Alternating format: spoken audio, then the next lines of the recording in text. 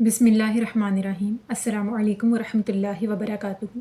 उम्मीद करती हूँ कि तमाम देखने वाले खैर वाफियत से होंगे, अल्लाह ताला की रहमतों के साए में होंगे।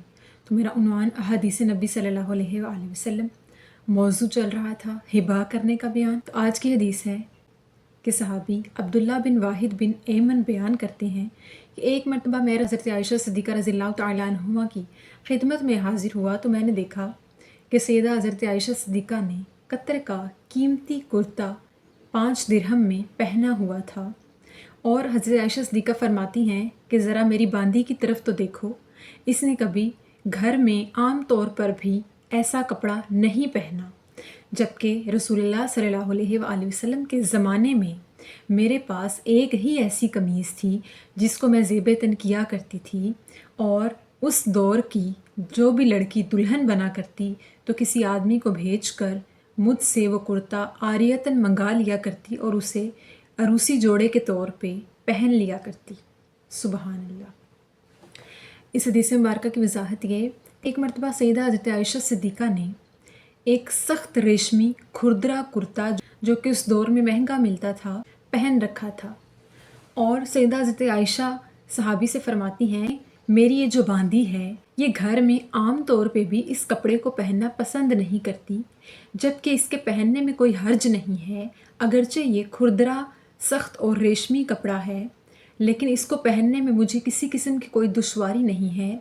जबकि मैं तो इस कपड़े की कमीज़ को रसूलुल्लाह सल्लल्लाहु अलैहि वसल्लम के ज़माने में भी ज़ेब तन किया करती थी, और उस दौर में मेरे पास वो एक ही कमीज़ थी। उस दौर में उस वक्त जो भी कोई लड़की उरूसा यानी दुल्हन बनने लगती तो वो मुझसे बरकत के लिए मेरे इस कपड़े को, मेरी इस कमीज़ को मंगा लिया करती, दुल्हन बनने के वक्त पे पहन कर और फिर बाद में वापस कर दिया करती।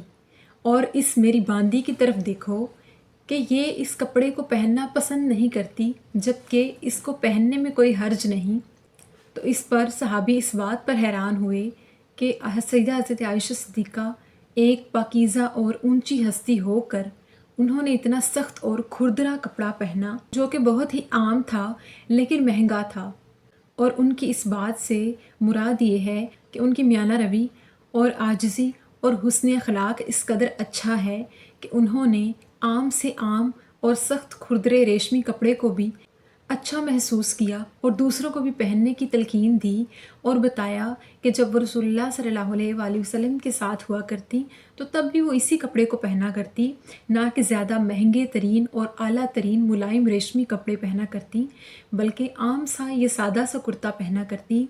और लोग अपनी दुल्हनों को तैयार करने के लिए सैयदा हज़रत आयशा सिद्दीक़ा की खिदमत में हाजिर होते और आकर उनसे बरकत के लिए वो कुर्ता लेकर जाया करते और अपनी दुल्हनों को पहनाया करते। इस हदीस पाक से ज़ाहिर होता है कि हम चाहे कितना भी ऊंचा मकाम क्यों ना रखते हों, हमें आम और सख्त और नापसंदीदा लिबास पहनने में भी कोई दिक्कत महसूस नहीं करनी चाहिए। कोई ऐसा कपड़ा जो पहनने में हमें दुश्वारी दे, हमें उसे पहनने में तंगी महसूस नहीं करनी चाहिए, अगरचे वो हमारे पास एक ही क्यों ना हो। और इंसान के अखलाक में तवाज़ुन होना चाहिए, नरम दिली होनी चाहिए और सादगी होनी चाहिए, जो कि अल्लाह ताला को बहुत पसंद है। तो उस दौर में हज़रत आयशा सिद्दीक़ा अपने उस कुर्ते को दुल्हनों को हिबा किया करती और वो अपने दुल्हन बनने के वक्त पे पहन लिया करती और फिर उन्हें वापस कर दिया करती।